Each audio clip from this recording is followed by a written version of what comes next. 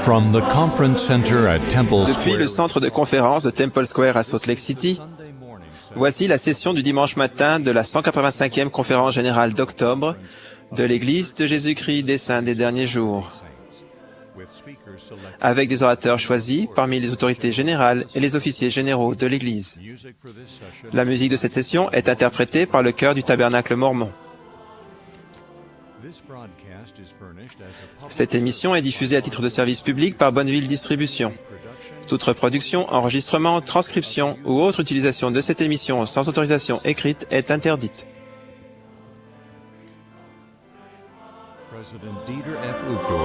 Dieter Uchtdorf, deuxième conseiller dans la première présidence de l'Église, dirigera cette session.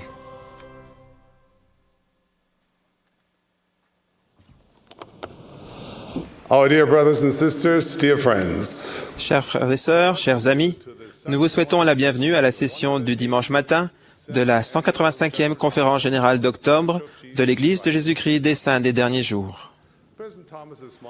Thomas Monson, qui préside cette conférence, m'a demandé de diriger cette session. Nous adressons une très fraternelle bienvenue aux personnes du monde entier qui suivent cette session à la radio, à la télévision, sur l'Internet ou par satellite. Nous saluons la présence des autorités générales et officiers généraux qui assistent à cette conférence ce matin. La musique de cette session sera interprétée par le chœur du Tabernacle sous la direction de Mac Wilberg avec Richard Elliott et Andrew Unsworth à l'orgue. Le chœur a ouvert la réunion en chantant « Arise, O God, and shine » et interprétera maintenant « Sauveur d'Israël ». Ensuite, Chi Hong Sang-mong, des 70, fera la prière d'ouverture. Il sera suivi par le chœur qui chantera « S'il était là à mes côtés ».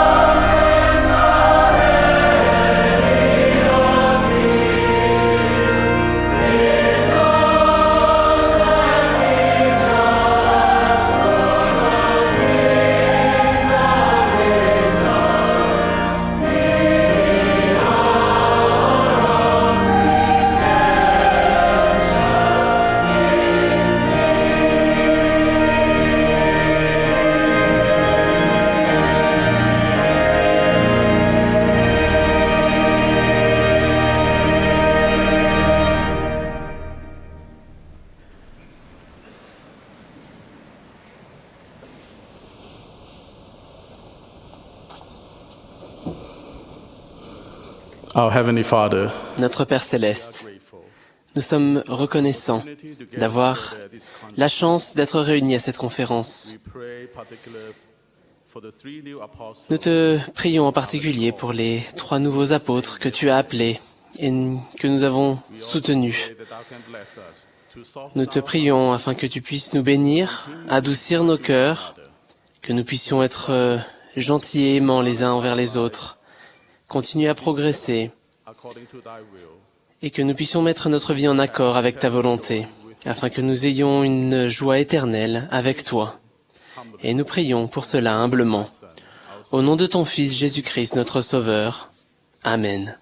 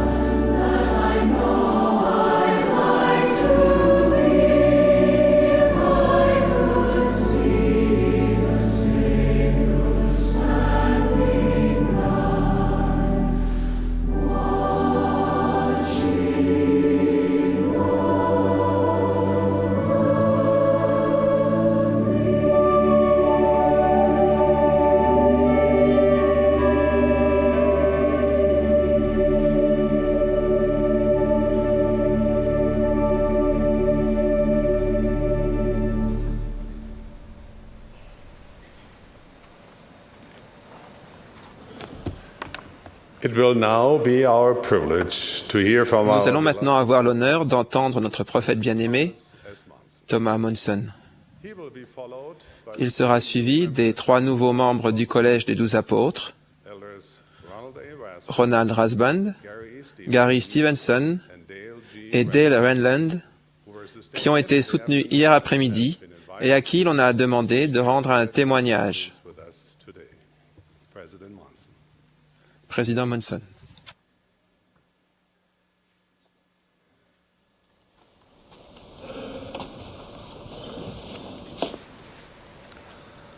Frères et sœurs, comme il est bon d'être avec vous une fois de plus. Comme vous le savez, depuis notre dernière rencontre d'avril, nous avons été attristés par la perte de 3 de nos apôtres bien-aimés, Boyd K. Packer, L. Tom Perry et Richard G. Scott. Ils sont retournés dans leur foyer céleste. Ils nous manquent. Comme nous sommes reconnaissants de leur exemple d'amour chrétien et des enseignements inspirés qu'ils nous ont laissés à tous. Nous souhaitons une chaleureuse bienvenue à nos nouveaux apôtres, Ronald A. Rasband, Gary E. Stevenson et Dale J. Renlund. Ce sont des hommes consacrés à l'œuvre du Seigneur.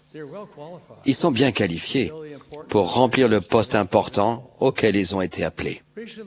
Récemment, tandis que je lisais les Écritures et méditais à leurs propos, 2 passages sont restés dans mes pensées. Ces 2 passages nous sont bien connus. Le premier est tiré du Sermon sur la montagne.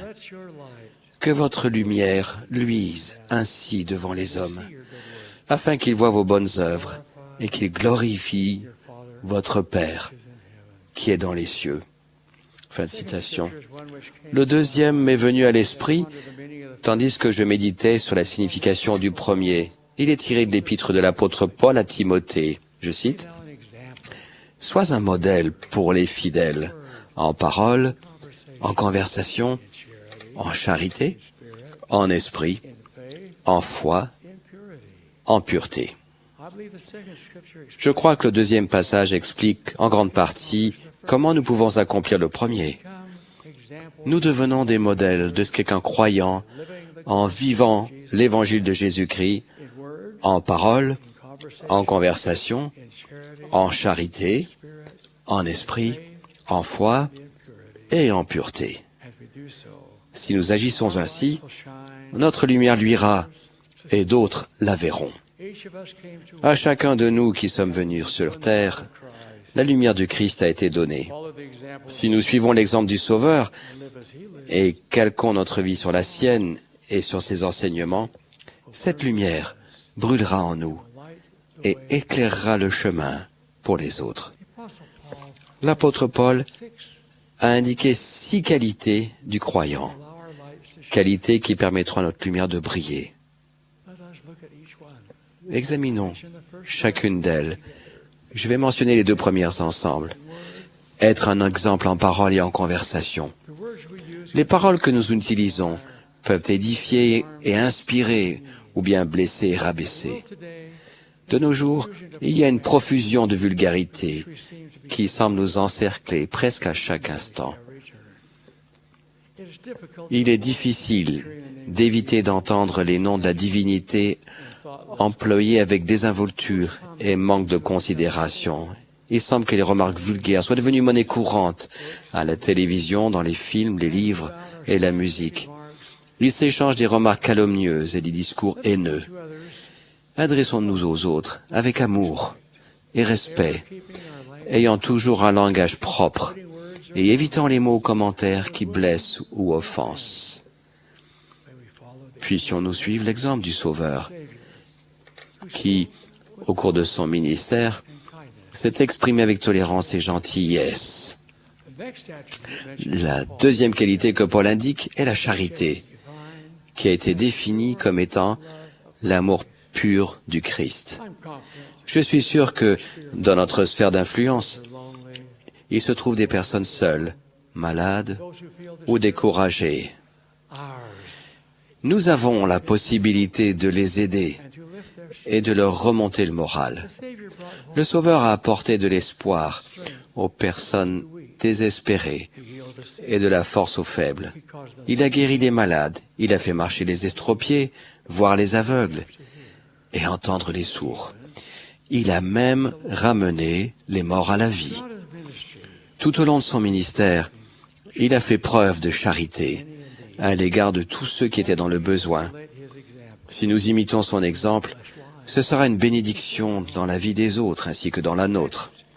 Ensuite, nous devons être un modèle en esprit.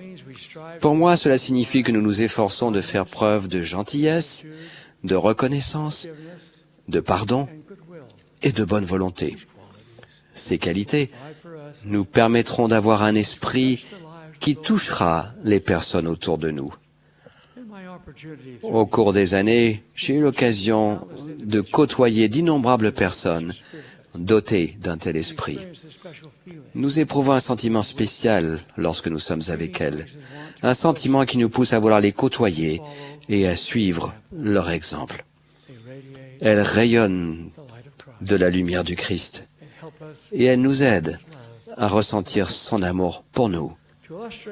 Pour illustrer le fait que les gens reconnaissent la lumière qui émane d'un esprit pur et aimant, je vais vous raconter une expérience qui m'est arrivée il y a de nombreuses années.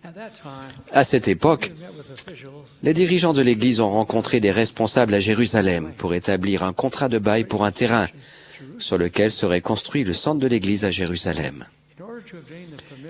Pour obtenir les permissions nécessaires, l'Église devait s'engager à ce que nos membres qui séjourneraient dans le centre ne fassent pas de prosélytisme. Une fois que l'accord a été conclu, un des responsables israéliens, qui connaissait bien l'Église et ses membres, a précisé qu'il savait que l'Église honorerait l'accord de non-prosélytisme. Mais a-t-il ajouté, parlant des étudiants qui viendraient dans le centre, « Qu'allez-vous faire au sujet de la lumière qui est dans leur regard ?» Fin de citation. Puisse cette lumière spéciale briller toujours en nous, afin qu'elle soit reconnue et appréciée par les autres. Être un exemple de foi signifie avoir confiance dans le Seigneur et en sa parole. Cela signifie posséder et nourrir la conviction qu'il nous guidera dans nos pensées et nos actions. Notre foi au Seigneur Jésus-Christ et à notre Père Céleste influencera tout ce que nous ferons. Dans la confusion, les conflits de conscience et l'agitation de la vie quotidienne de notre époque, la foi constante devient pour nous une ancre. Souvenez-vous que la foi et le doute ne peuvent pas coexister dans le même esprit en même temps, car l'un chassera l'autre. Je répète ce qui nous a été dit plusieurs fois. Pour obtenir et conserver la foi qui nous est nécessaire, il est essentiel que nous lisions, étudions et méditions les Écritures. La communication avec notre Père Céleste par la prière est vitale. Nous ne pouvons pas nous permettre de négliger ces choses, car l'adversaire et ses armées cherchent sans relâche le moindre défaut dans notre armure, la moindre faille dans notre fidélité. Le Seigneur a dit, « Cherchez diligemment, priez toujours et croyez, et tout concourra à votre bien. » Pour finir, nous devons être purs, ce qui signifie que nous sommes purs dans notre corps, dans notre cœur et dans notre esprit. Nous savons que notre corps est un temple qui doit être traité avec révérence et respect. Notre esprit doit être rempli de pensées édifiantes et nobles, et préservé de ce qui peut le polluer. Pour avoir la compagnie constante du Saint-Esprit, nous devons être dignes. Frères et sœurs, la pureté nous apportera la paix de l'esprit et nous qualifiera pour recevoir les promesses du Sauveur. Il a dit, « Heureux ceux qui ont le cœur pur, car ils verront Dieu. » Si nous sommes des modèles de croyants en parole, en conversation, en charité, en esprit, en foi et en pureté, nous pourrons être des lumières pour le monde. Je peux vous dire à tous, et particulièrement à vous les jeunes, qu'à mesure que le monde s'éloignera des principes et directives que nous a donnés notre Père Céleste aimant, nous nous démarquerons de la foule, parce que nous sommes différents. Nous démarquerons parce que nous nous habillons pudiquement. Nous serons différents parce que nous ne disons pas de grossièreté et parce que nous ne prenons pas de substances nocives qui sont dommageables à notre corps. Nous serons différents parce que nous ne laisserons pas aller à des plaisanteries inconvenantes et à des remarques dégradantes. Nous serons différents si nous décidons de ne pas exposer notre esprit à des médias qui sont vils et qui chassent l'esprit de notre foyer, de notre vie. Nous nous démarquerons certainement si nous faisons des choix concernant la moralité, des choix qui adhèrent aux principes et aux critères de l'Évangile. Ces choses qui nous rendent différents de la plupart du monde nous apporteront aussi cette lumière et cet esprit qui brilleront dans un monde de plus en plus sombre. Il est souvent difficile d'être différent et d'être seul dans une foule. Il est naturel d'avoir peur de ce que les autres peuvent penser ou dire. Les paroles des psaumes sont réconfortantes. L'Éternel est ma lumière et mon salut. De qui aurais-je crainte? L'Éternel est le soutien de ma vie. De qui aurais-je peur? Si nous plaçons le Christ au centre de notre vie, nos craintes seront remplacées par le courage de nos convictions. La vie n'est parfaite pour aucun d'entre nous. Et parfois, les difficultés que nous rencontrons peuvent devenir écrasantes et faire baisser notre lumière. Cependant, avec l'aide de notre Père Céleste, conjuguée au soutien des autres, nous pouvons recouvrer cette lumière qui illuminera de nouveau notre chemin et fournira la lumière dont d'autres peuvent avoir besoin. Pour illustrer mes propos, je vais lire les paroles touchantes d'un de mes poèmes préférés que j'ai découvert il y a de nombreuses années. Dans la nuit, j'ai rencontré un étranger dont la lampe avait cessé d'éclairer. Je me suis arrêté, je l'ai laissé rallumer sa lampe à la mienne. Par la suite, il y a eu une tempête qui a secoué le monde entier. Et lorsque le vent s'est arrêté, ma lampe était éteinte. Mais l'étranger est revenu vers moi. Sa lampe éclairait bien. Avec sa précieuse flamme, il a allumé la mienne. Mes frères et sœurs, nous avons chaque jour, tout autour de nous, des occasions de briller, quelle que soit notre situation. En suivant l'exemple du Sauveur, nous pourrons être une lumière pour les autres, membres de notre famille, amis, collègues de travail, simples connaissances inconnues.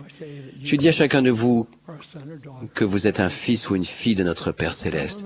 Vous êtes venus de sa présence pour vivre sur la terre pour un temps, pour refléter l'amour et les enseignements du Sauveur, et pour laisser vaillamment briller votre lumière pour que le monde la voie. Quand votre temps sur terre sera terminé, si vous avez fait votre part, vous recevrez la magnifique bénédiction de retourner vivre avec lui pour toujours. Comme les paroles du Sauveur sont rassurantes, je suis la lumière du monde. Celui qui me suit ne marchera pas dans les ténèbres, mais il aura la lumière de la vie. Je témoigne de lui. Il est notre Sauveur et Rédempteur, notre avocat auprès du Père. Il est notre exemple et notre force. Il est la lumière qui brille dans les ténèbres. Je prie pour que tous ceux qui entendent ma voix s'engagent à le suivre, devenant ainsi une lumière qui brille pour le monde. En son saint nom, c'est ma prière. Au nom de Jésus-Christ, notre Seigneur, le Seigneur. Amen.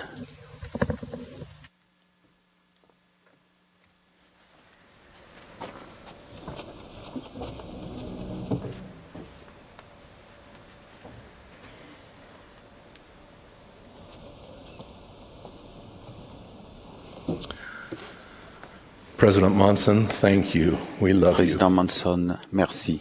Nous vous aimons. Mes chers frères et sœurs, je suis très reconnaissant à la première présidence de m'avoir invité à rendre mon humble témoignage en ce jour du sabbat. Les paroles d'un de nos cantiques bien connus décrivent les sentiments qui m'animent en ce moment. Merveilleux l'amour que Jésus le Christ m'a donné. Avec quelle grâce, souvent, il m'a pardonné. Oui, c'est merveilleux. Il quitta son trône divin. Pour racheter mon âme fière, sur terre il vint. Il étend son amour sur un homme comme moi. Il me justifie, et par sa mort, devient mon roi. Oh, que c'est merveilleux, merveilleux pour moi.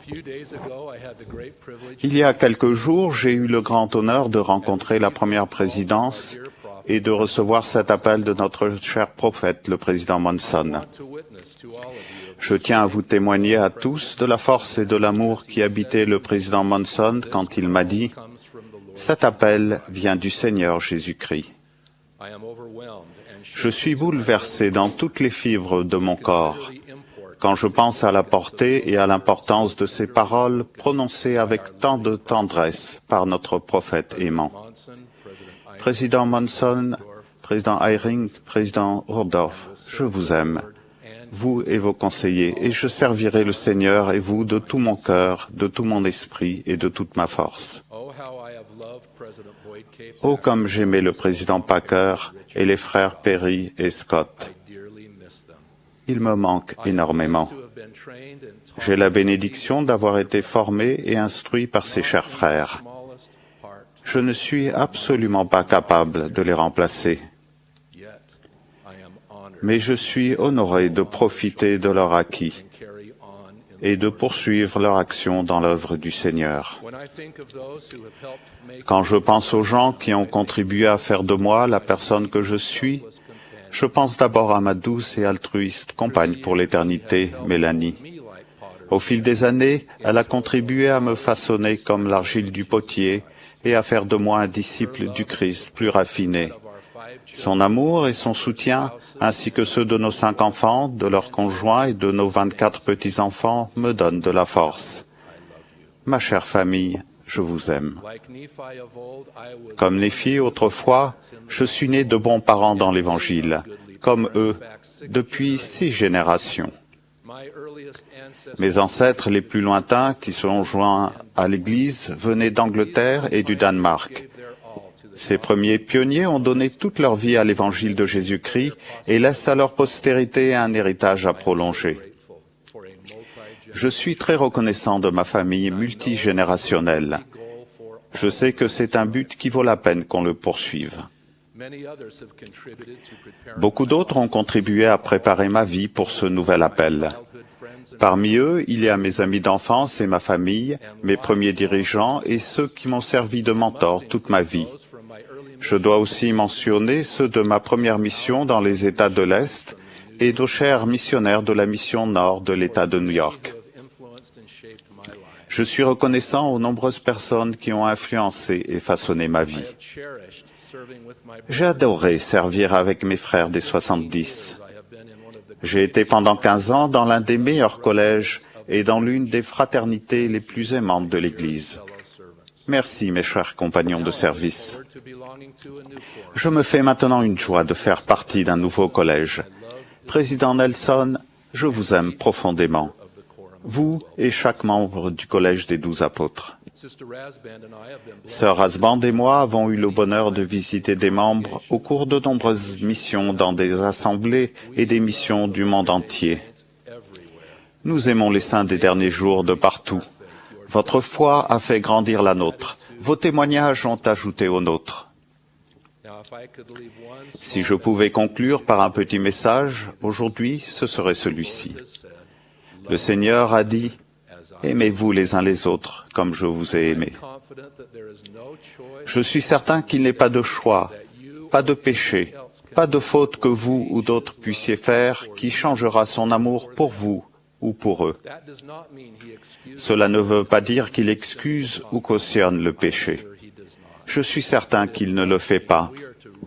Mais cela veut dire que nous devons tendre la main à notre prochain avec amour et l'inviter, le persuader, le servir et le secourir. Jésus-Christ a ignoré la race, le rang et la situation des gens afin de leur enseigner cette vérité profonde. On m'a souvent demandé comment j'ai reçu mon témoignage. Je ne me rappelle pas ne pas avoir cru en notre Père Céleste et en Jésus-Christ. Je les aime depuis que j'ai appris leur existence de l'ange qui était ma mère. En lisant les Écritures et les histoires de l'Évangile. Cette croyance précoce est maintenant devenue une connaissance et un témoignage de notre Père Céleste aimant qui entend nos prières et y répond. Mon témoignage de Jésus-Christ s'est nourri de nombreuses expériences spéciales qui m'ont permis de connaître son grand amour pour chacun de nous. Je suis reconnaissant pour l'expiation de notre Sauveur et j'aimerais, comme Alma, pouvoir le publier avec la trompette d'un ange. Je sais que Joseph Smith est le prophète par qui Dieu a accompli le rétablissement et que le livre de Mormon est la parole de Dieu. Je sais que le président Monson est un vrai serviteur et un prophète de Dieu sur terre aujourd'hui. Je prie pour qu'en suivant notre prophète, nous ayons la charité au cœur pour les autres et que nous devenions des témoins vivants et soyons émerveillés par l'amour que Jésus nous offre. Oh, puisse cela être merveilleux, merveilleux pour vous et moi. Au nom de Jésus-Christ, Amen.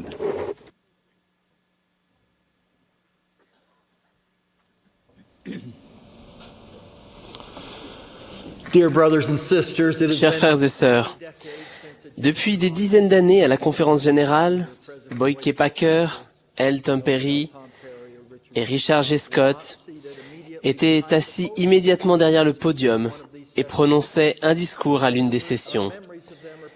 Nous nous souvenons d'eux avec une grande émotion et j'ajoute mon hommage à ceux qui leur ont été rendus.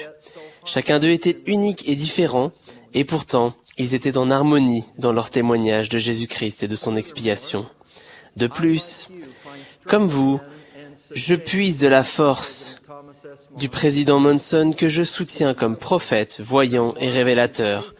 Et je suis émerveillé par ces plus de 50 années de service apostolique marquées par la fidélité et le sens du devoir.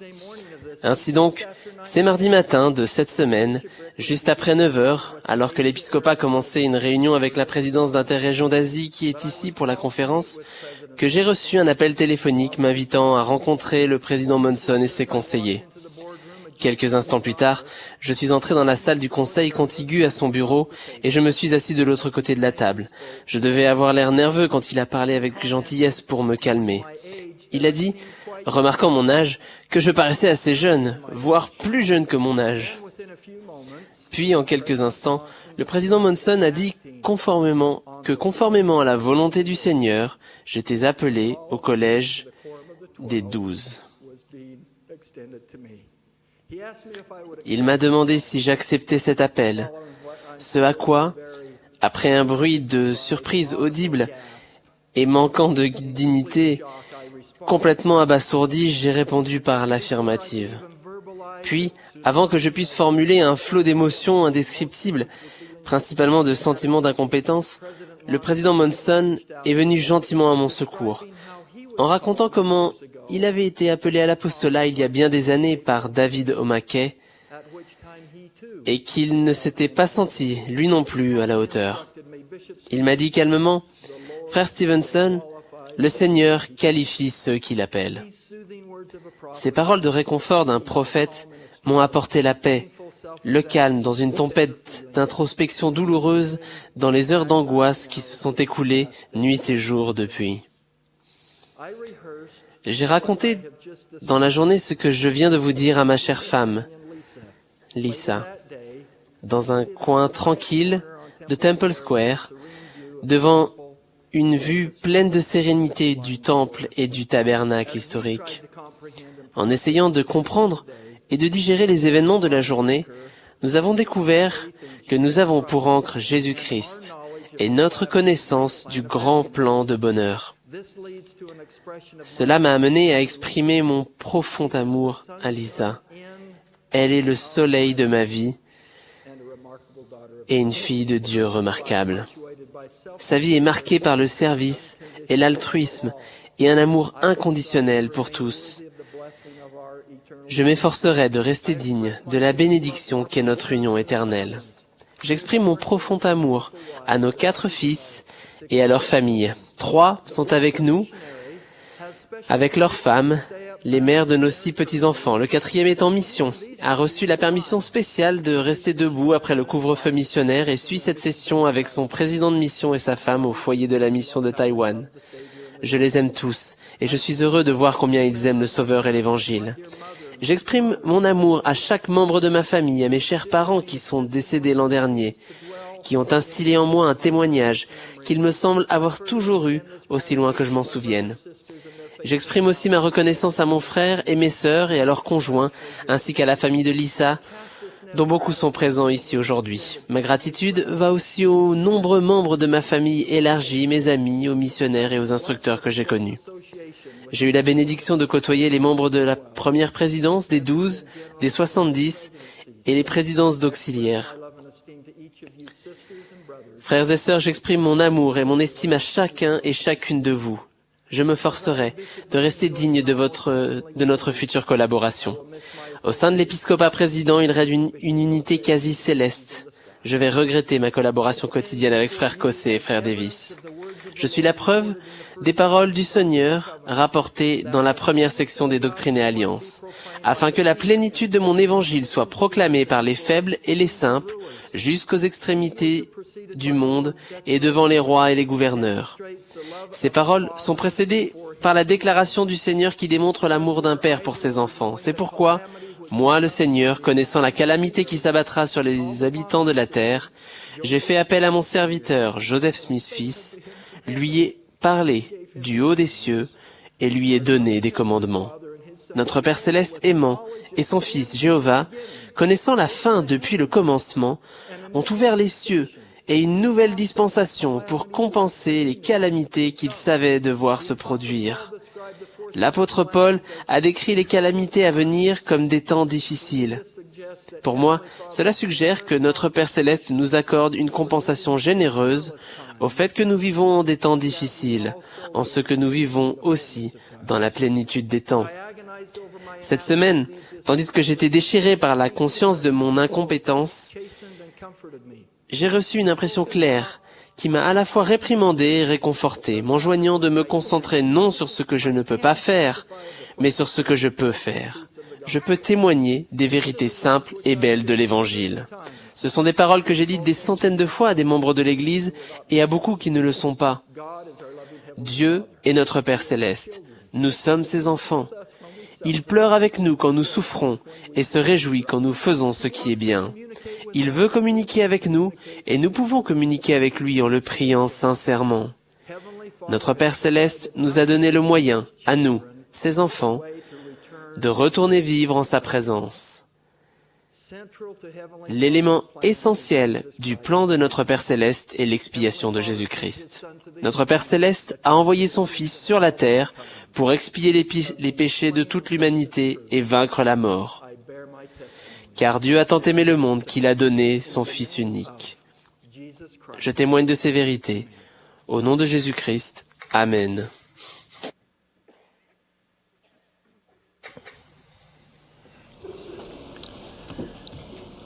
My dear brothers and Mes sisters, frères et sœurs, chers frères et sœurs, merci de m'avoir soutenu hier comme membre du collège des 12 apôtres. J'ai du mal à dire combien cela signifie pour moi. Je suis particulièrement reconnaissant du soutien des 2 femmes extraordinaires de ma vie, mon épouse Ruth et notre fille Ashley.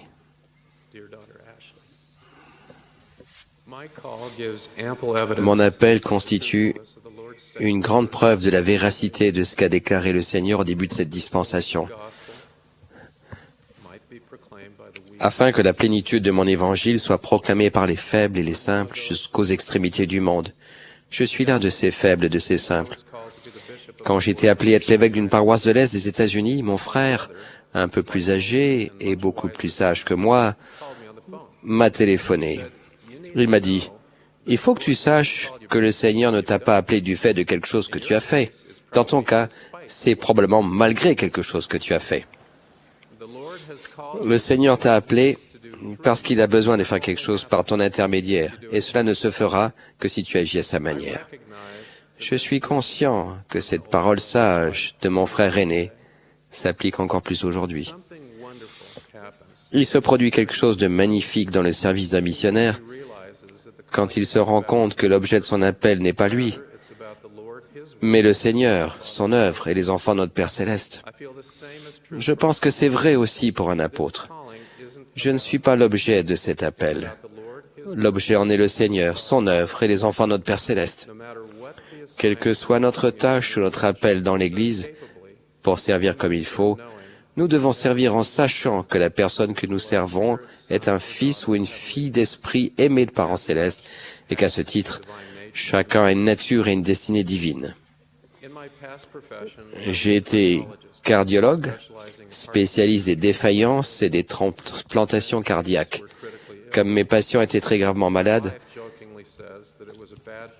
j'ai vu beaucoup de gens mourir. Ma femme dit en plaisantant que c'était mauvais signe de devenir l'un de mes patients.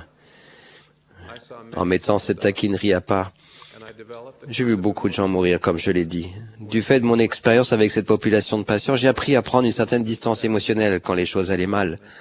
Cela atténuait la tristesse et la déception. En 1986, un jeune homme nommé Chad a été victime de défaillance cardiaque et a eu besoin d'une greffe de cœur. Il s'est bien porté pendant près de 15 ans. Chad a fait tout ce qu'il a pu pour rester en bonne santé et mener une vie aussi normale que possible. Il a fait une mission, il a travaillé, a été un bon fils pour ses parents. Mais les dernières années de sa vie ont été difficiles et il a été fréquemment hospitalisé. Un soir, on l'a amené au service des urgences de l'hôpital, victime d'un arrêt cardiaque. Mes collègues et moi avons travaillé longtemps pour rétablir sa circulation. Finalement, nous nous sommes rendus compte que nous ne pourrions pas ranimer Chad. Nous avons arrêté nos efforts vains et j'ai constaté le décès. Bien que triste et déçu, je me suis dit, avec une attitude professionnelle, Chad a bénéficié de bons soins. Il a eu beaucoup plus d'années de vie qu'il aurait eu sans aide. Mais cette distance émotionnelle s'est évanouie quand ses parents sont entrés dans le hall de la salle des urgences et ont vu leur fils décédé sur un brancard. À ce moment-là, précis, j'ai vu Chad avec les yeux de son père et de sa mère.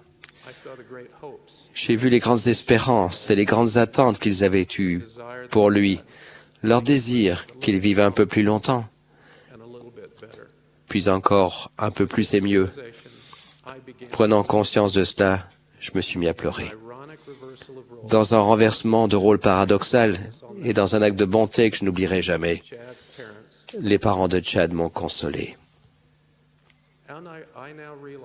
Je me rends compte maintenant, dans l'Église, que pour bien servir les autres, nous devons les voir avec les yeux d'un parent, avec les yeux de notre Père Céleste.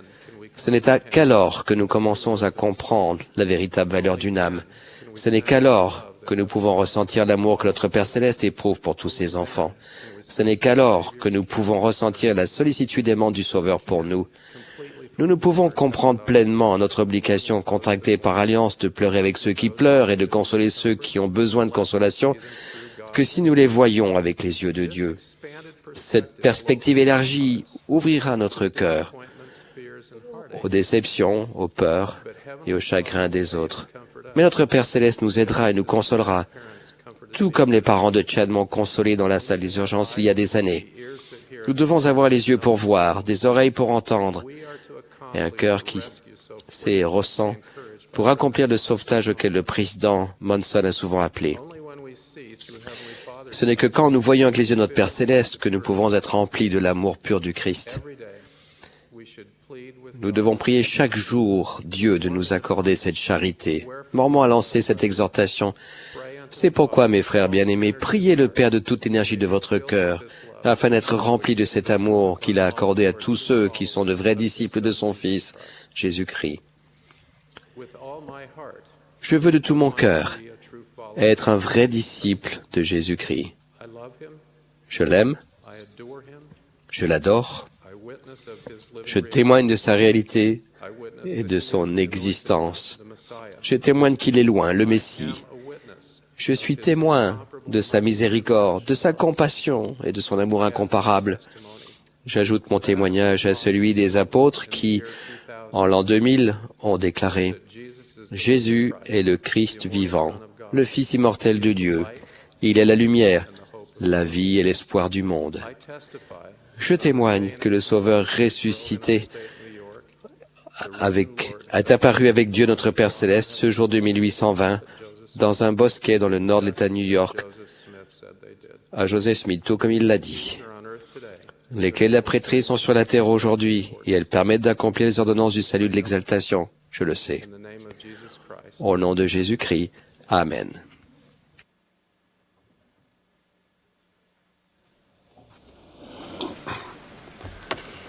Thank you, President Monson, for your wonderful teachings today. Merci, Frère Monson, pour votre merveilleux discours. Je sais que Frère Monson est le prophète de Dieu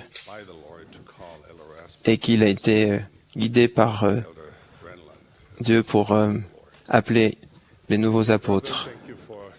Merci, chers frères, pour vos pensées inspirantes et votre témoignage. Au signal du directeur de la musique, l'Assemblée se lèvera et se joindra au chœur pour chanter « Quel fondement ferme ?» les versets 1, 2, 3 et 7. Après le chant, nous entendrons Russell M. Nelson, président du Collège des 12 apôtres.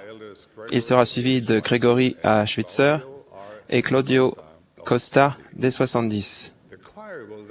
Puis le chœur chantera « Ce jour, au cœur j'ai du soleil ».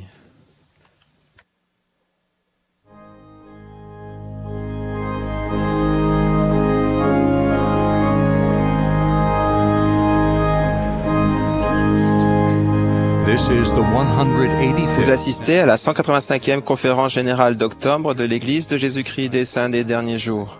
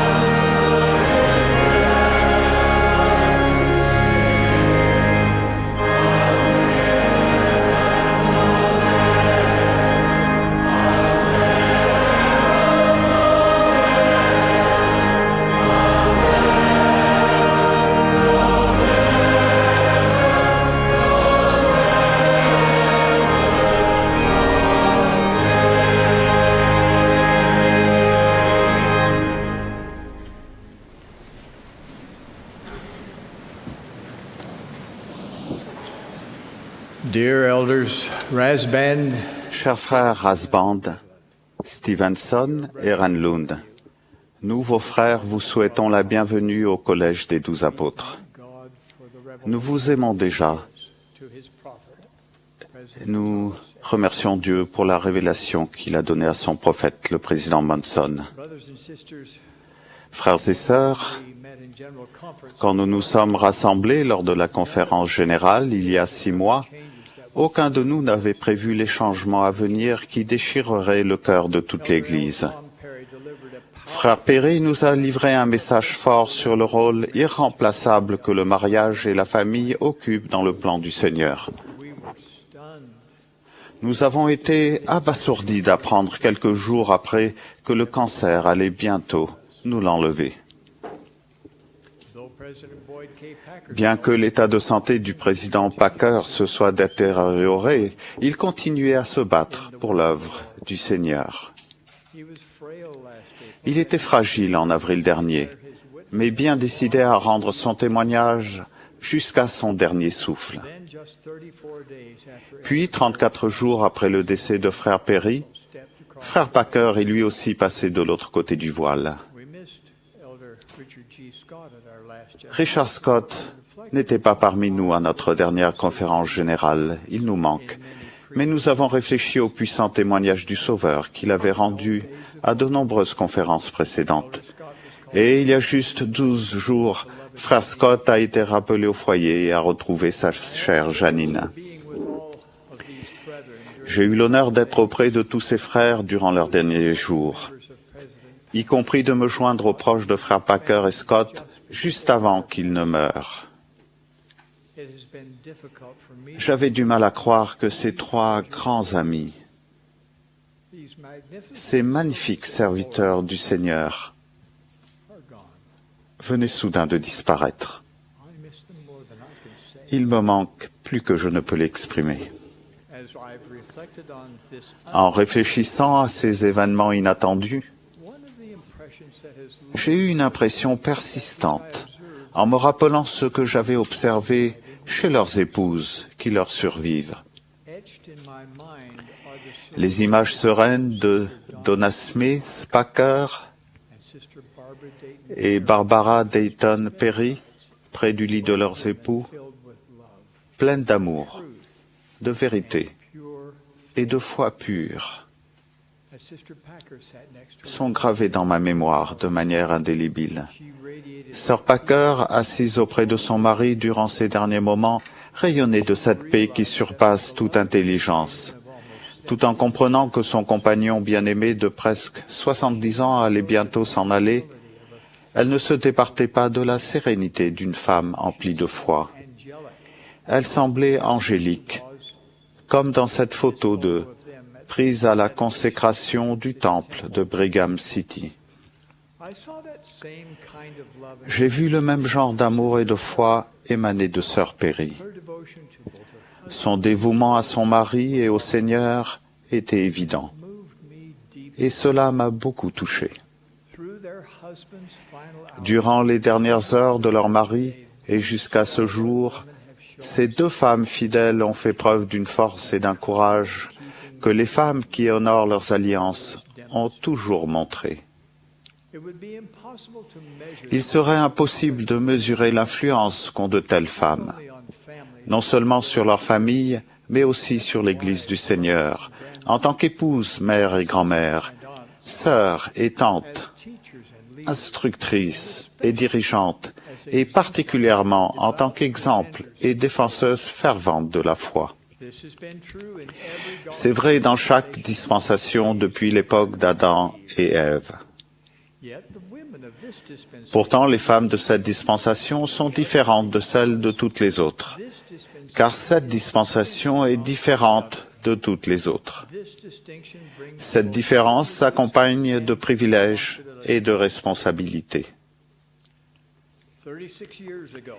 Il y a 36 ans, en 1979, Spencer Kimball a fait une prophétie importante sur l'impact que les femmes qui respectaient leurs alliances auraient sur l'avenir de l'Église du Seigneur. Il a prophétisé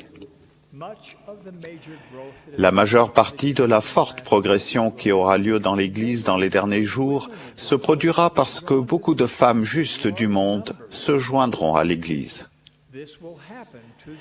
Cela arrivera dans la mesure où les femmes de l'Église reflètent la justice et l'équilibre dans leur vie, et dans la mesure où les femmes de l'Église sont considérées positivement comme à part et différentes des femmes du monde.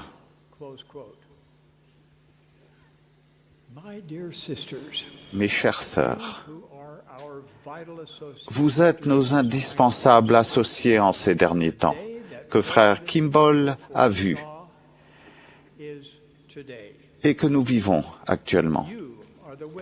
Vous êtes les femmes qu'il a vues.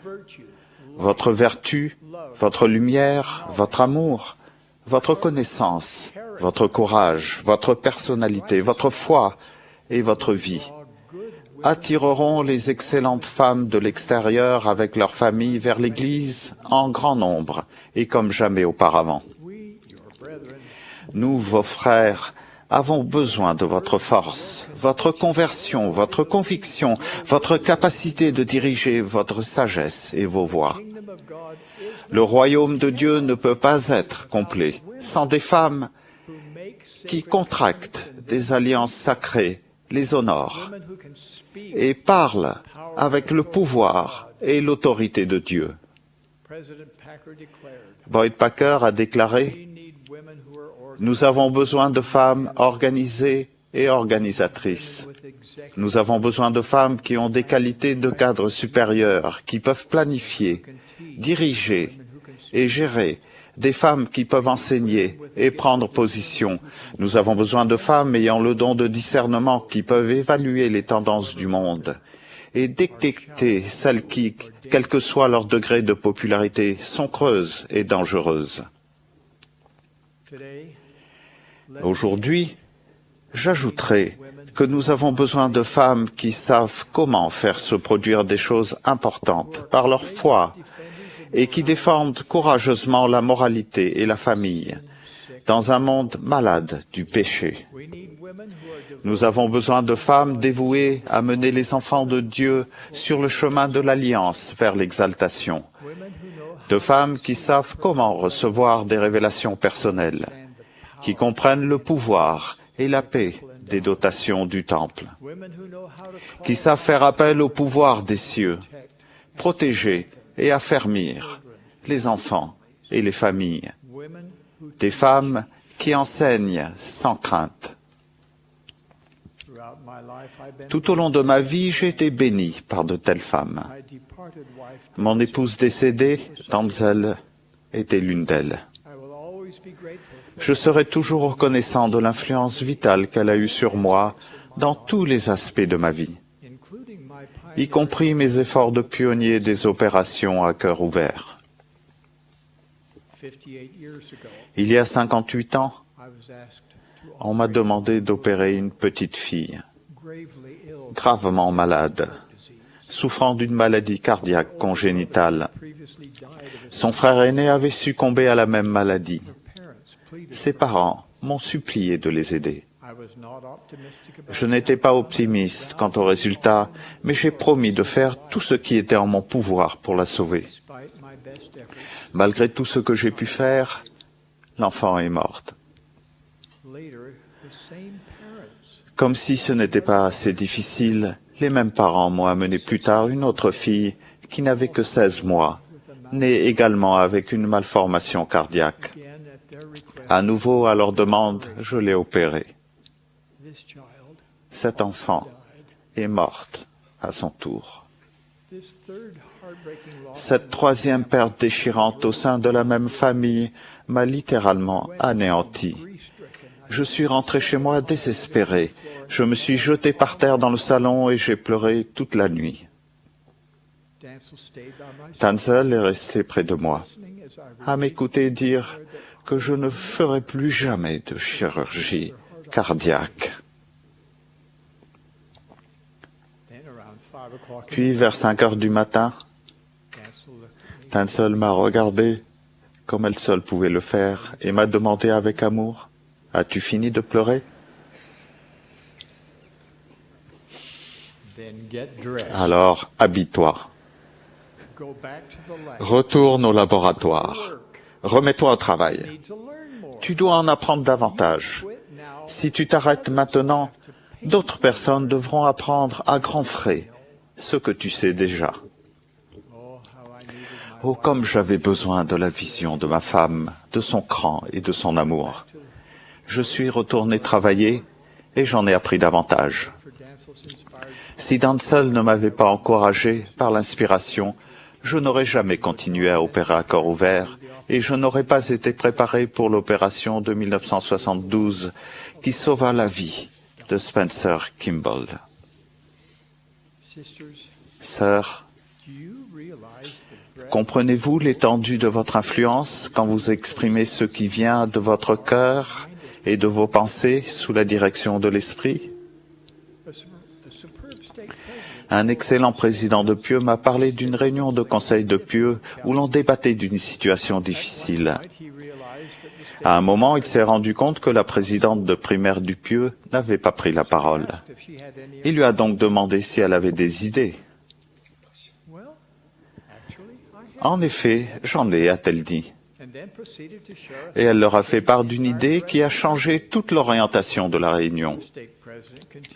Le président de Pieux m'a dit ensuite, pendant qu'elle parlait, l'Esprit m'a témoigné qu'elle exprimait la révélation que le Conseil avait recherchée.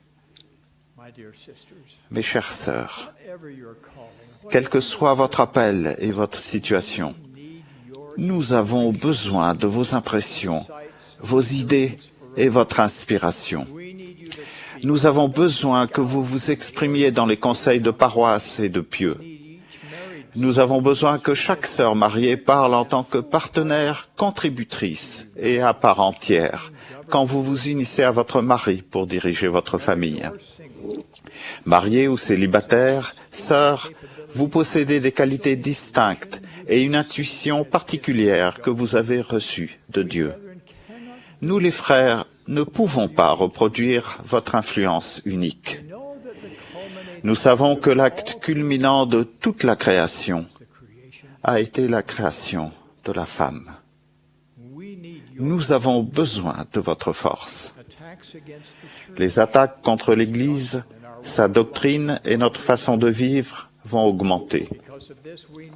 C'est la raison pour laquelle nous avons besoin de femmes qui possèdent une profonde compréhension de la doctrine du Christ et qui s'en serviront pour instruire et éduquer une génération résistant au péché. Nous avons besoin de femmes qui peuvent détecter la tromperie sous toutes ses formes. Nous avons besoin de femmes qui savent accéder au pouvoir que Dieu accorde aux personnes qui respectent leurs alliances et qui expriment leurs croyances avec confiance et charité. Nous avons besoin de femmes qui ont le courage et la vision de notre mère Ève. Mes chères sœurs, il n'y a rien de plus crucial pour votre vie éternelle que votre propre conversion. Ce sont les femmes converties et qui gardent leurs alliances, parmi lesquelles ma très chère compagne Wendy, dont la vie juste sera de plus en plus remarquée dans un monde en cours de détérioration et qui, de ce fait, seront perçues dans leurs différences des meilleures façons. Aussi, aujourd'hui, je supplie mes sœurs de l'Église de Jésus-Christ des Saints des Derniers Jours de prendre leur juste place. Prenez la vraie place qui vous revient et qui est nécessaire dans votre foyer, votre collectivité et dans le royaume de Dieu plus que jamais.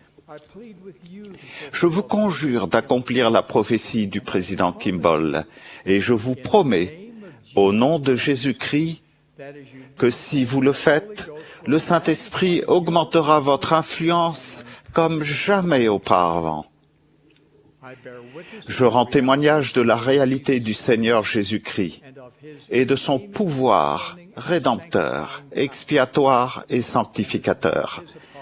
Moi, l'un de ses apôtres, je vous remercie mes chères sœurs, et vous bénit pour que vous développiez pleinement votre potentiel et remplissiez la mesure de votre création pendant que nous marchons ensemble dans cette œuvre sacrée. Nous contribuerons ensemble à préparer le monde pour la seconde venue du Seigneur. J'en témoigne, moi, votre frère, au nom de Jésus-Christ. Amen.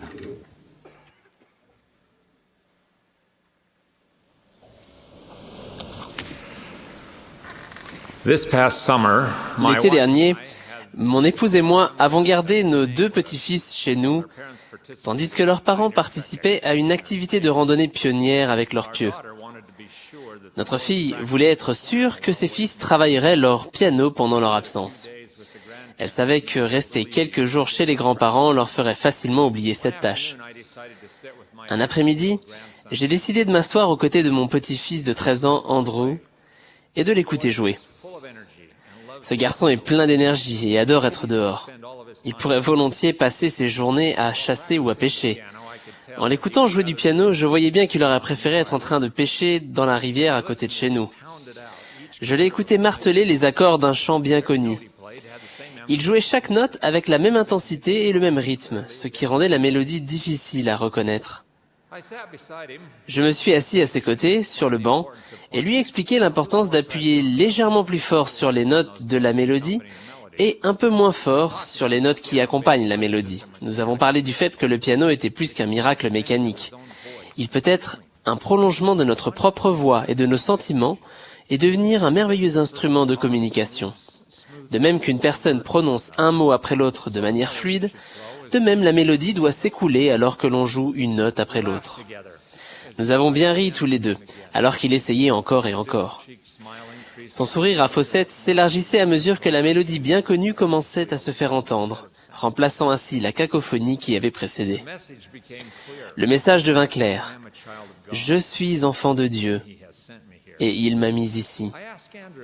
J'ai demandé à Andrew s'il pouvait sentir la différence dans le message.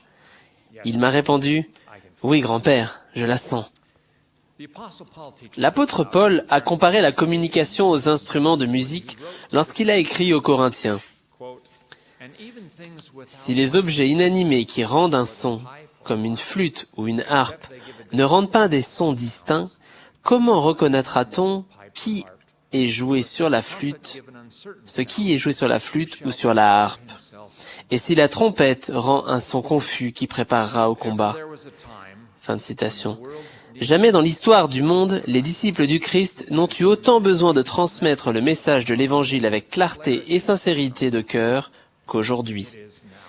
Nous avons besoin de l'appel vibrant de la trompette. Le Christ est notre meilleur exemple. Il a toujours fait preuve de courage pour défendre ce qui était juste. Ses paroles résonnent à travers les siècles lorsqu'il nous invite à nous souvenir d'aimer Dieu et notre prochain, de garder tous les commandements de Dieu et de vivre en étant une lumière pour le monde. Il n'avait pas peur de parler contre les puissants et les dirigeants de son époque, même lorsque ceux-ci s'opposaient à la mission que le Père lui avait confiée. Ses paroles n'avaient pas pour but de confondre, mais de toucher le cœur des hommes. Il connaissait parfaitement la volonté de son Père dans ce qu'il disait et accomplissait. J'aime aussi l'exemple de Pierre, qui a fait face aux hommes du monde avec courage et clarté le jour de la Pentecôte. Ce jour-là, des gens originaires de nombreux pays étaient assemblés et critiquaient les premiers saints parce qu'ils les entendaient parler en langue et pensaient qu'ils étaient ivres. Mais l'Esprit ayant touché l'âme de Pierre, il se leva pour défendre l'Église et ses membres. Il rendit témoignage en ces termes. « Hommes juifs, et vous tous qui séjournez à Jérusalem, sachez ceci et prêtez l'oreille à mes paroles. » Il cita ensuite les prophéties concernant le Christ contenues dans les Écritures et rendit un témoignage clair. « Que toute la maison d'Israël sache donc avec certitude que Dieu a fait Seigneur et Christ ce Jésus que vous avez crucifié. Beaucoup entendirent ces paroles et ressentirent l'Esprit, et 3000 âmes se joignirent à l'Église naissante. Ceci est une preuve puissante qu'un seul homme ou qu'une seule femme peut faire la différence lorsqu'il ou elle est prêt à rendre témoignage, quand bien même le monde semble aller dans la direction opposée. Lorsque nous, membres de l'Église, prenons la décision de nous lever et de rendre témoignage avec puissance de la doctrine de Dieu et de son Église, quelque chose change en nous. Notre visage est empreint de son image. Nous sommes plus proches de son esprit. En retour, il ira devant nous et sera à notre droite, à notre gauche, et son esprit sera dans notre cœur, et ses anges seront autour de nous pour nous soutenir. Les vrais disciples du Christ ne cherchent pas d'excuses à la doctrine lorsque celle-ci ne s'accorde pas avec les idées actuelles du monde. Paul était un autre disciple vaillant qui déclara « Je n'ai point honte de l'Évangile. C'est une puissance de Dieu pour le salut de quiconque croit. » Les vrais disciples représentent le Seigneur, que cela soit commode ou non. Les vrais disciples ont le désir d'inspirer le cœur des hommes et non pas de les impressionner. Se lever pour le Christ n'est, le plus souvent, ni commode, ni confortable. Je suis certain que cela ne l'était pas pour Paul lorsqu'il a été convoqué devant le roi Agrippa pour se justifier et raconter son histoire. Sans hésiter, Paul proclama sa foi avec un tel pouvoir que ce roi intimidant admit avoir presque été persuadé de devenir chrétien. La réponse de Paul témoigne de son souhait de voir le peuple comprendre parfaitement ce qu'il avait à dire. Il dit au roi Agrippa qu'il désirait non pas que tous ceux qui l'écoutaient devinssent bientôt chrétiens, mais plutôt qu'ils devinssent tous des disciples du Christ. Ceux qui parlent avec clarté peuvent produire ce genre d'effet chez les autres.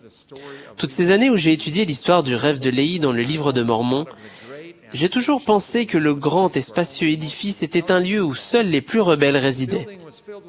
L'édifice est rempli de personnes qui se moquent et pointent du doigt les fidèles qui s'agrippent à la barre de fer, laquelle représente la parole de Dieu, et se fraient un chemin vers l'arbre de vie, lequel représente l'amour de Dieu.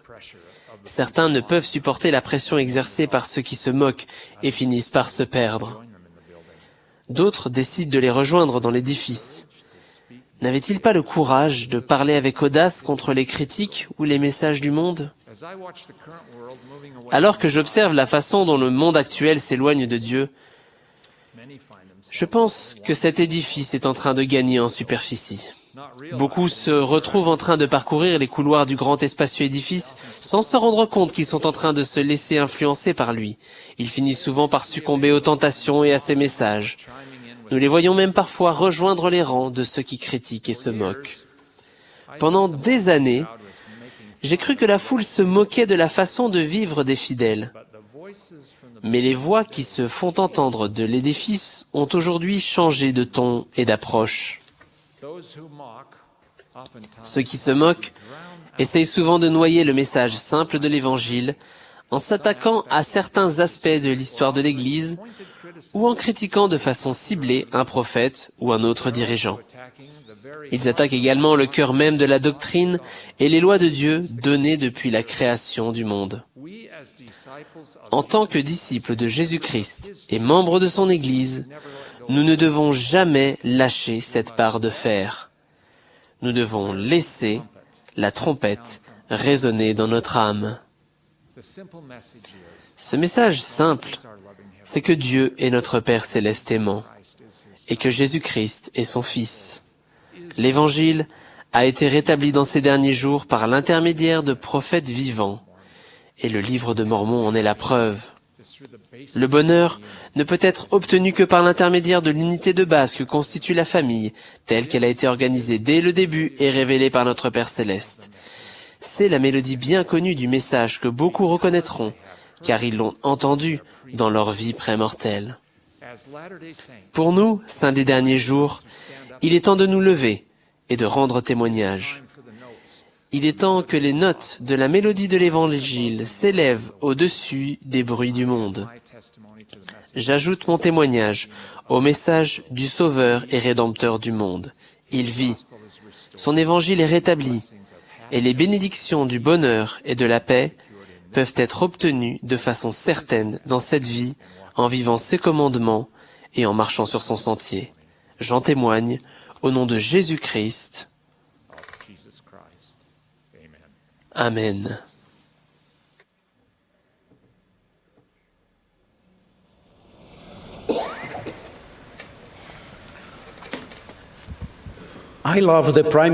J'aime étudier et contempler la vie de celui qui a donné pour nous le cantique de la primaire qui dit « Raconte-moi les histoires de Jésus-Christ, dis-moi ce qu'il dirait s'il était ici. » Ces paraboles et ces récits parlent de Jésus, oh je t'en prie. Je crois que l'instauration de la tradition de raconter les histoires de Jésus-Christ à nos enfants et à notre famille est l'une des plus belles activités que nous puissions faire pour sanctifier le jour du sabbat dans notre foyer. Cela apportera un esprit tout spécial dans notre foyer et instruira notre famille par les exemples du Sauveur lui-même. J'aime étudier et contempler la vie de celui qui a tout donné pour moi et pour chacun d'entre nous. J'aime lire les passages d'Écriture qui parlent de sa vie sans péché et qui décrivent les événements qu'il a vécus. Je ferme alors les yeux et essaie de visualiser ces moments sacrés qui m'instruisent et me fortifient spirituellement. Des moments tels que celui où il cracha à terre et fit de la boue avec sa salive, puis appliqua cette boue sur les yeux de l'aveugle et lui dit « Va et lave-toi au réservoir de Siloé. » Et l'homme obéit, se lava et s'en retourna voyant clair. Celui où il guérit la femme qui souffrait d'une perte de sang et qui toucha le bord de son vêtement, croyant que simplement en le touchant, elle serait guérie. Celui où il apparut à ses disciples, marchant sur l'eau, lorsqu'il accompagnait les disciples sur le chemin d'Emmaüs et leur expliqua les Écritures. Lorsqu'il apparut aux gens, ici en Amérique, et qu'il leur dit de venir à lui, de mettre la main dans son côté et de toucher la marque des clous dans ses mains et dans ses pieds, afin qu'ils sachent qu'il était le Dieu d'Israël et le Dieu de toute la terre, et qu'il avait été mis à mort pour les péchés du monde. Je suis heureux de savoir qu'il y a des parents qui racontent les histoires du Christ à leurs enfants. Je m'en suis rendu compte lorsque j'observe les enfants dans l'église lors des présentations de la primaire ou d'autres occasions. Je suis reconnaissant à mes parents de m'avoir enseigné qui est le Christ. Je continue de voir combien l'exemple de notre Sauveur nous aide, ma femme et moi, à instruire nos enfants. Mon cœur est rempli de joie lorsque je vois mes enfants raconter les histoires du Christ à mes petits-enfants. Cela me rappelle l'une de mes écritures préférées, le verset 4 du premier chapitre de la 3e épître de Jean.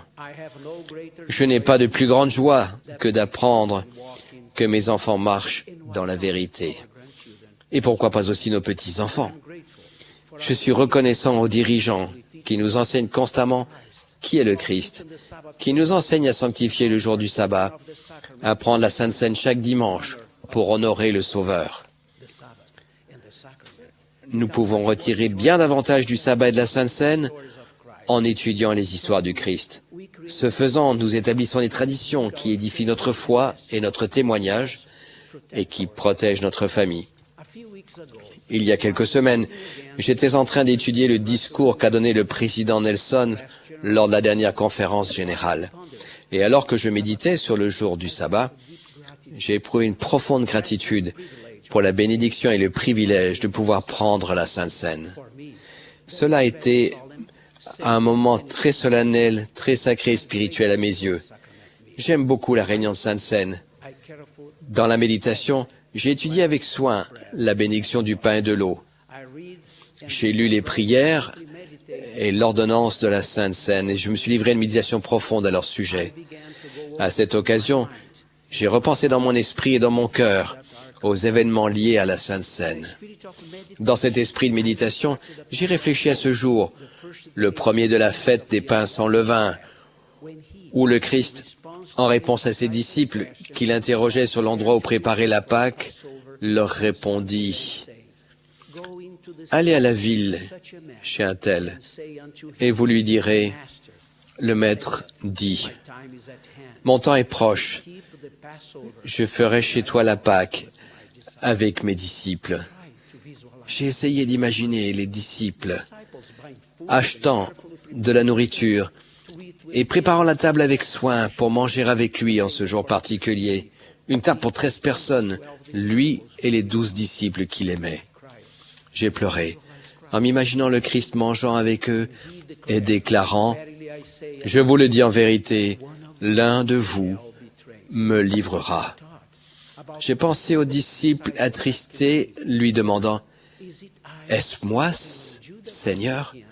Et lorsque Judas lui posa la même question, il répondit calmement « Tu l'as dit. » J'imaginais ses mains qui avaient guéri, réconforté, édifié et béni, rompant le pain, et Jésus leur donnant en disant « Prenez, mangez, ceci est mon corps. » Il prend ensuite une coupe emplie de vin, et après avoir rendu grâce, il la leur donna en disant « Buvez-en tous, car ceci est mon sang, le sang de l'Alliance, qui est répandu pour plusieurs, pour la rémission des péchés. » Au cours de mes réflexions, je voyais les disciples, un à un, et voyais dans leurs yeux leur préoccupation pour le Maître qu'ils aimaient tant. C'était comme si j'étais assis à leur côté, observant tout ce qui se passait. J'ai éprouvé une douleur intense et énormément de peine pour ce qu'il allait subir pour moi. Mon âme était envahie par le désir d'être quelqu'un de meilleur. Dans ma peine et mon repentir, je souhaitais ardemment être capable de sécher ou d'éviter quelques-unes des gouttes de son sang qui fut versé à Gethsémane. J'ai ensuite pensé à la Sainte Seine que nous prenons chaque semaine en souvenir de lui. Ce faisant, j'ai médité sur chacun des mots prononcés pour bénir le pain et l'eau. J'ai réfléchi profondément aux mots « se souvenir toujours de lui » dans la bénédiction du pain et « qui se souviennent toujours de lui » dans la bénédiction de l'eau. J'ai médité sur ce que signifie « se souvenir toujours de lui ». Pour moi, cela signifie se souvenir de sa vie prémortelle lorsque cette magnifique planète a été créée par lui. Se souvenir de son humble naissance dans l'étable à Bethléem, en Judée. Se souvenir qu'âgé de 12 ans, il instruisait les docteurs de la loi dans le temple. Se souvenir qu'il alla seul dans un lieu désert à l'âge de 30 ans afin de se préparer pour son ministère terrestre. Et lorsqu'il fut transfiguré devant ses disciples, se souvenir du moment où il a institué la Sainte Seine lors de son dernier repas avec ses disciples, et se souvenir qu'il s'est rendu au jardin de Gethsémane et qu'il a souffert de façon si intense pour nos péchés, nos souffrances, nos déceptions, nos maladies, qu'il a saigné de chaque pore. Se souvenir qu'après beaucoup de souffrances et des douleurs extrêmes, il a été trahi toujours à Gethsémane par le baiser de l'un de ses disciples, qu'il appelait son ami. Se souvenir qu'il a été amené devant Pilate et devant Hérode pour être jugé, qu'on a craché sur lui, qu'il a été humilié, giflé, frappé, flagellé avec un fouet qui a déchiré sa peau, et qu'une couronne d'épines a été brutalement placée sur sa tête.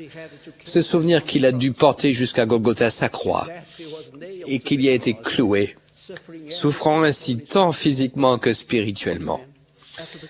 Et que lorsqu'il était sur la croix, ses entrailles remplies de miséricorde, il a regardé ceux qu'il avait crucifiés, et levant les yeux au ciel, il a supplié, « Père, pardonne-leur, car ils ne savent pas ce qu'ils font. » Se souvenir que, sachant sa mission de sauver le genre humain accomplie, il remit son âme entre les mains de son Père, de notre Père. Se souvenir de sa merveilleuse résurrection, qui nous assure à tous notre propre résurrection et la possibilité de vivre à ses côtés à toute éternité, en fonction de nos choix. Méditez en outre sur la prière de Sainte Seine et sur ces mots si magnifiques et chargés de sens, afin de recevoir la promesse faite lors de la bénédiction de la Sainte Seine, que si nous nous souvenons toujours de lui, nous aurons toujours son esprit avec nous. Je crois que le Seigneur nous accorde la révélation personnelle au moment qu'il juge bon. Je l'ai compris très clairement en étudiant Ecclésiaste 3, 1 à 6, où l'on peut lire « Il y a un temps pour tout, un temps pour toutes choses sous les cieux, un temps pour chercher, un temps pour perdre, un temps pour garder et un temps pour jeter. » La Sainte Seine est également pour les seigneurs un moment où nous enseigner l'expiation de son Fils bien-aimé, notre Sauveur, Jésus-Christ, et un moment destiné à ce que nous recevions la révélation à ce sujet. C'est un moment où frapper pour que l'on nous ouvre, pour demander et pour recevoir cette connaissance. C'est un moment pour demander avec respect cette connaissance à Dieu. Et je n'ai aucun doute que si nous le faisons, nous recevrons cette connaissance et qu'elle nous bénira immensément. J'aime le jour du sabbat, la Sainte Seine, et ce qu'elle signifie. J'aime le Sauveur de toute mon âme. Au nom de Jésus-Christ. Amen.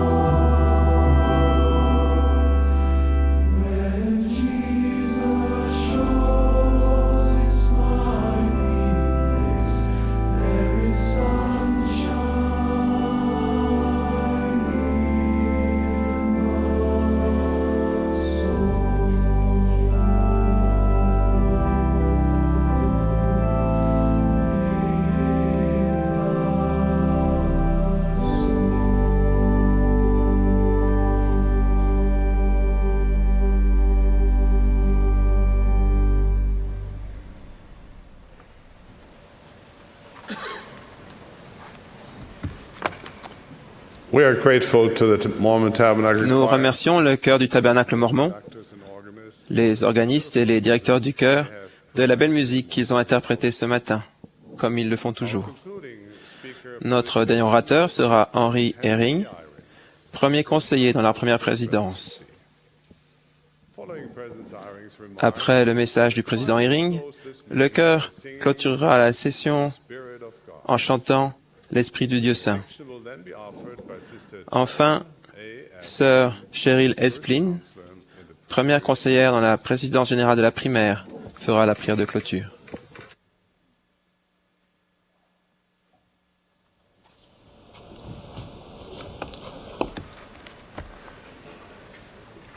My dear brothers and sisters, Mes chers frères et sœurs, je suis reconnaissant d'être avec vous en ce jour du sabbat de la conférence générale de l'Église du Seigneur. J'ai senti, comme vous, l'Esprit témoigner de la véracité des paroles que nous avons entendues, parler et chanter. Mon objectif aujourd'hui est de faire grandir votre désir et votre détermination de recevoir le don promis à chacun de nous après notre baptême. Au cours de notre confirmation, nous avons entendu ces paroles. Recevez le Saint-Esprit.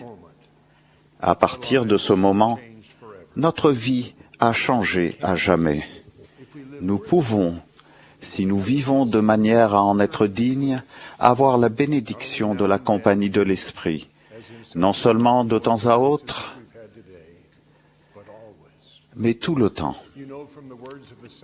Vous savez, grâce aux paroles de la prière de Sainte Seine, comment cette promesse se réalise. Ô Dieu, Père éternel, nous te demandons, au nom de ton Fils Jésus-Christ, de bénir et de sanctifier ce pain pour l'âme de tous ceux qui en prennent, afin qu'ils le mangent en souvenir du corps de ton Fils, et te témoignent, ô Dieu, Père éternel, qu'ils veulent prendre sur eux le nom de ton Fils, se souvenir toujours de lui et garder les commandements qu'il leur a donnés.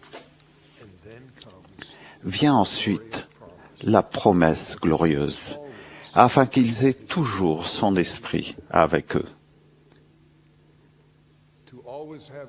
Avoir toujours l'Esprit avec nous, c'est être guidé et dirigé dans notre vie quotidienne par le Saint-Esprit. Nous pouvons par exemple être avertis par l'Esprit que nous devons résister à la tentation de faire le mal.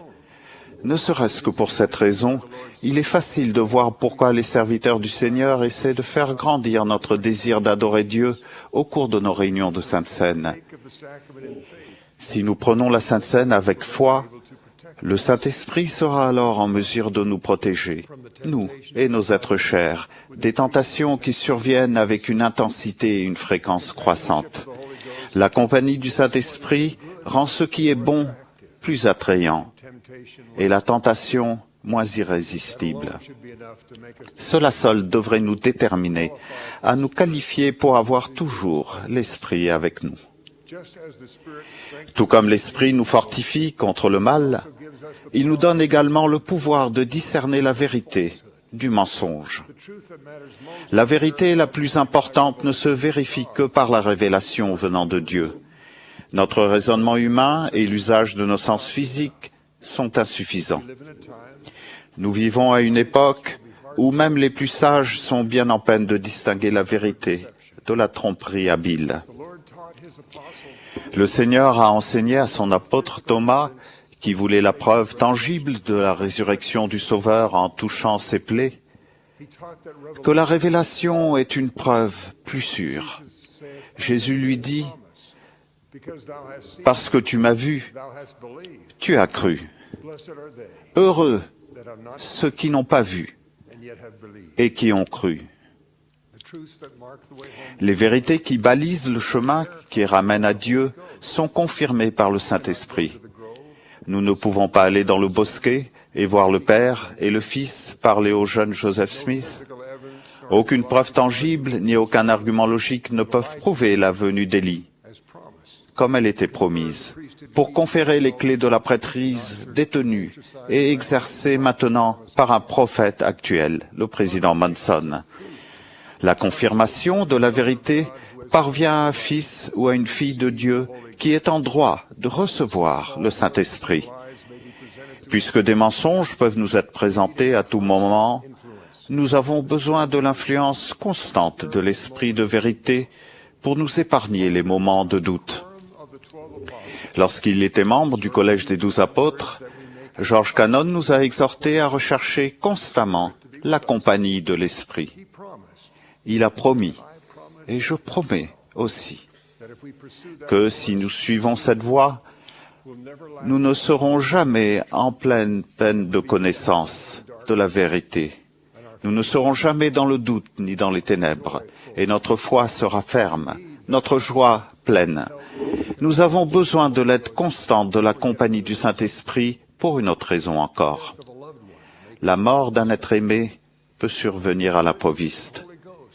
C'est le témoignage venant du Saint-Esprit de la réalité d'un Père céleste aimant et d'un Sauveur ressuscité qui nous donne espérance et réconfort lors de la perte d'un être cher. Ce témoignage doit être frais quand la mort survient.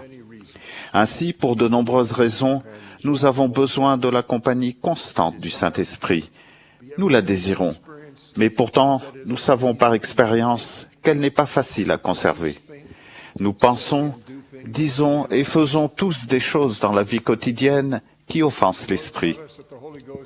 Le Seigneur nous a enseigné que le Saint-Esprit serait notre compagnon constant lorsque notre cœur serait rempli de charité et que la vertu ornerait sans cesse nos pensées. Aux personnes qui ont du mal à suivre les principes élevés nécessaires pour se qualifier pour le don de la compagnie de l'Esprit, j'offre cet encouragement. Vous avez ressenti par moments l'influence du Saint-Esprit. Cela a pu se produire aujourd'hui.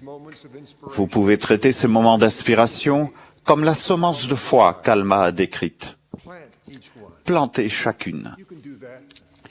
Vous pouvez le faire en agissant selon l'inspiration que vous avez reçue. L'inspiration la plus précieuse sera de savoir ce que Dieu attend de vous.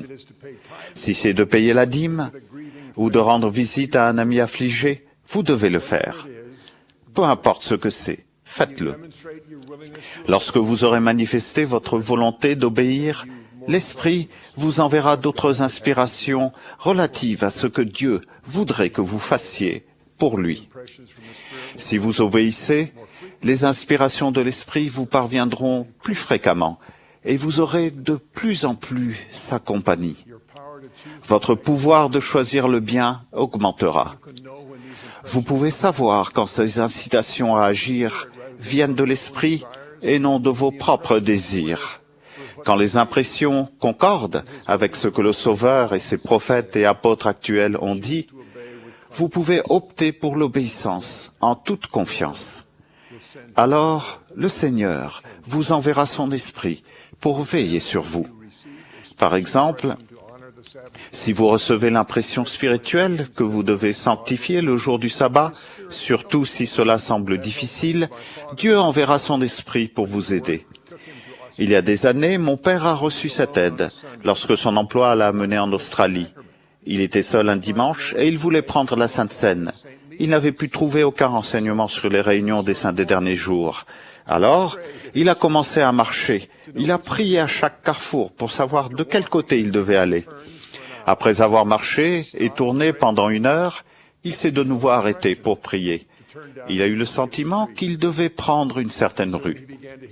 Bientôt, il a entendu des chants qui venaient du rez-de-chaussée d'un bâtiment à proximité. Il a regardé par la fenêtre et a vu quelques personnes assises près d'une table recouverte d'une nappe blanche et de plateaux de Sainte Seine.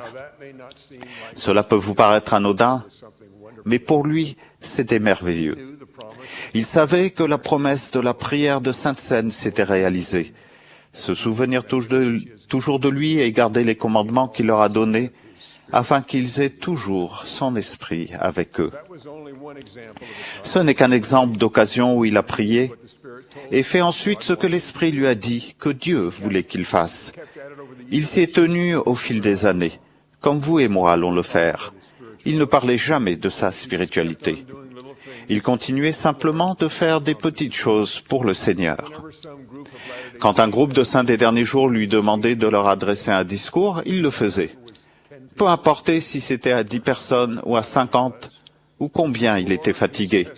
Il témoignait du Père, du Fils, du Saint-Esprit et des prophètes, chaque fois que l'Esprit l'incitait à le faire.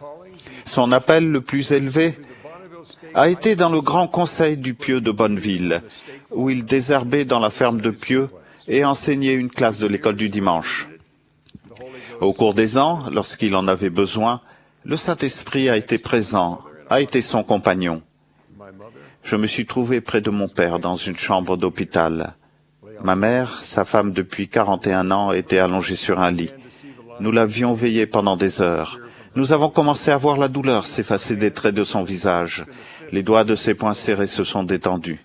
Ses bras sont venus se placer à ses côtés. Les douleurs de décennies de cancer touchaient à leur fin. J'ai vu une expression de paix sur son visage. Elle a pris quelques inspirations courtes, puis un râle, et elle s'est ensuite éteinte. Nous sommes restés là à attendre de voir si un autre souffle allait venir. Finalement, papa a dit doucement, « Une petite fille est rentrée chez elle. » Il n'a versé aucune larme.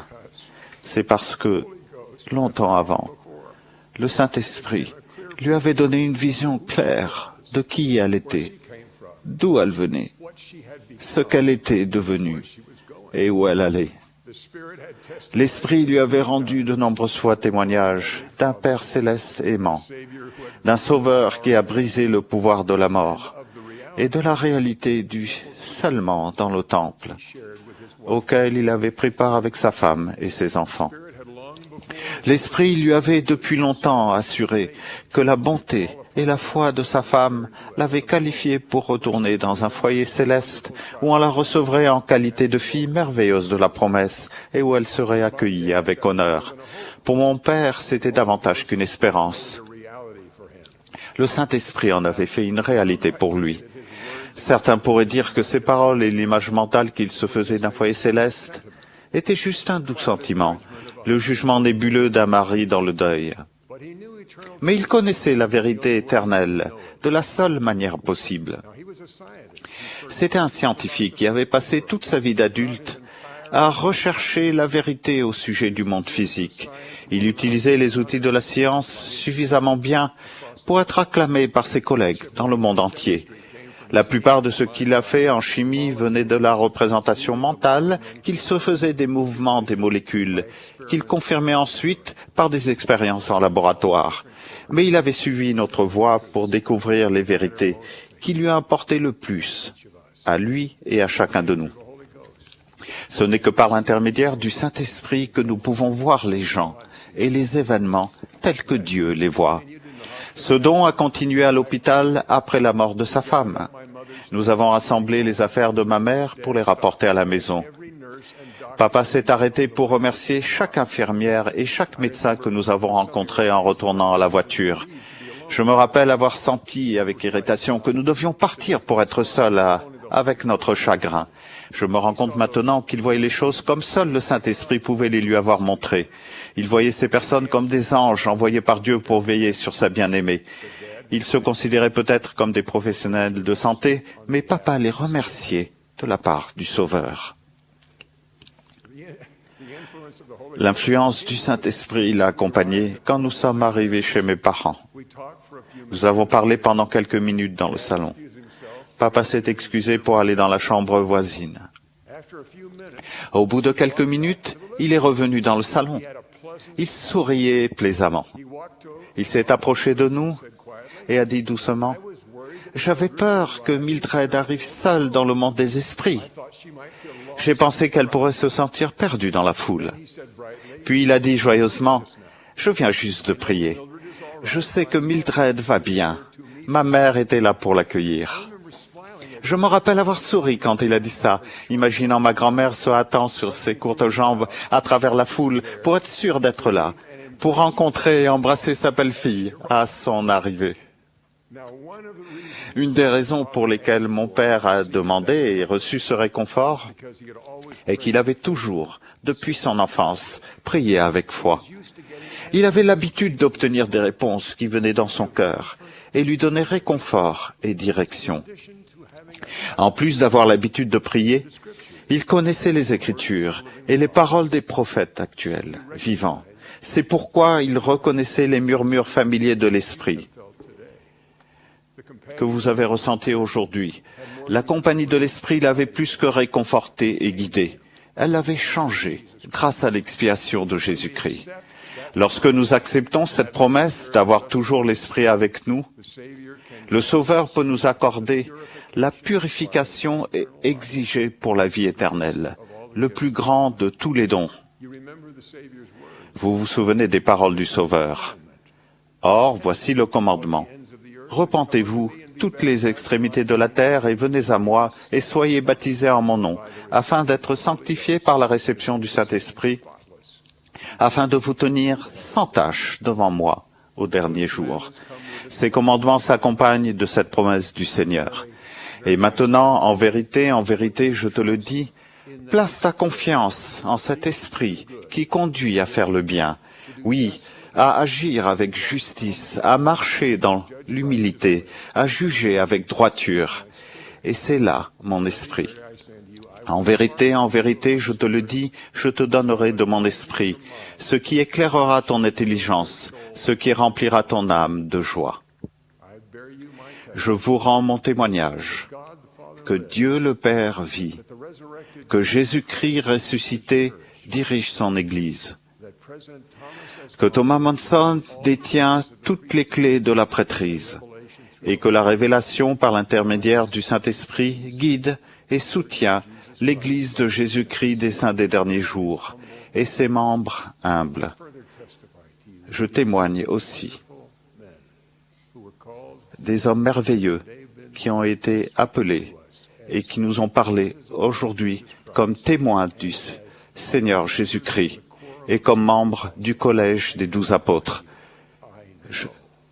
Je vous le témoigne, je témoigne que l'Esprit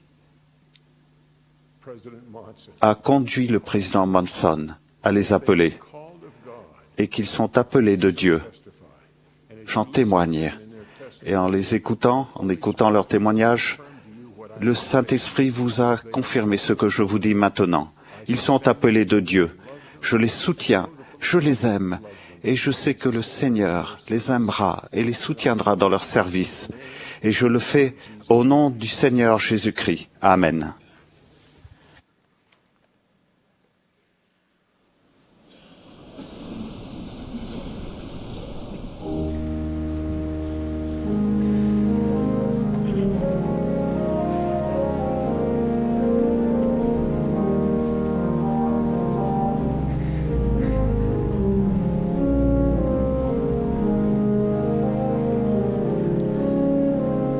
Spirit of God like a fire is burning, the latter-day glory begins to come forth. The visions and blessings of old are returning, and angels are coming to visit the earth. We'll sing and we'll shout with the armies of heaven. Hosanna, Hosanna to God and the Lamb.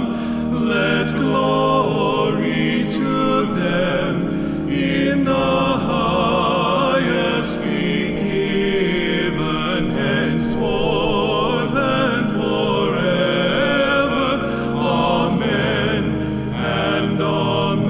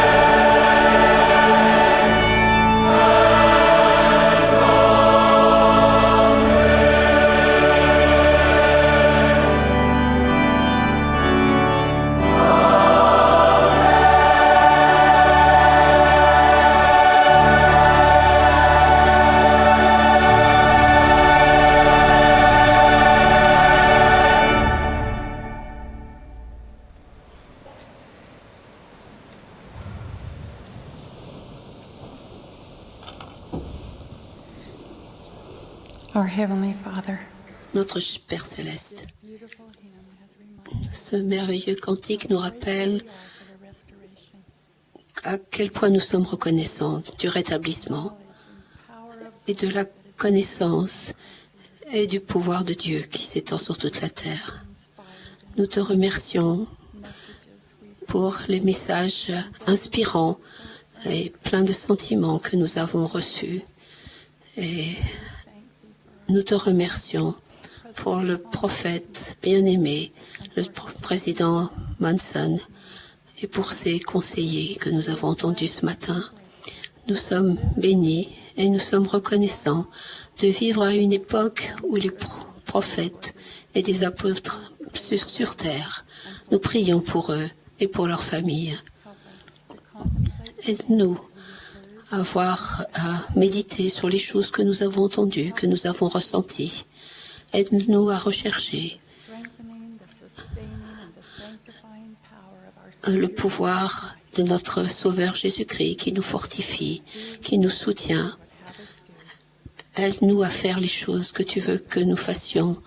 Aide-nous à être comme tu veux que nous soyons. Au nom de Jésus-Christ. Amen.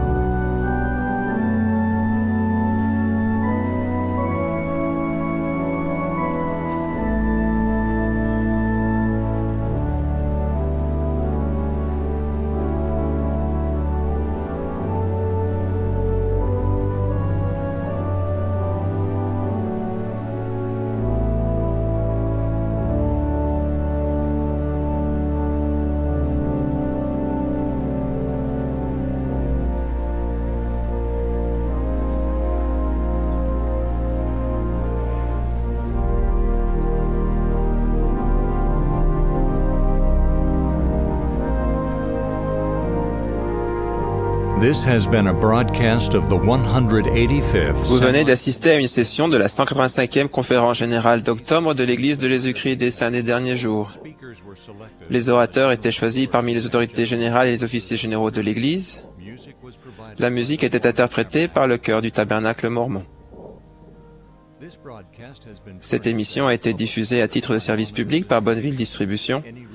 Toute reproduction, enregistrement, transcription ou autre utilisation de cette émission sans autorisation écrite est interdite.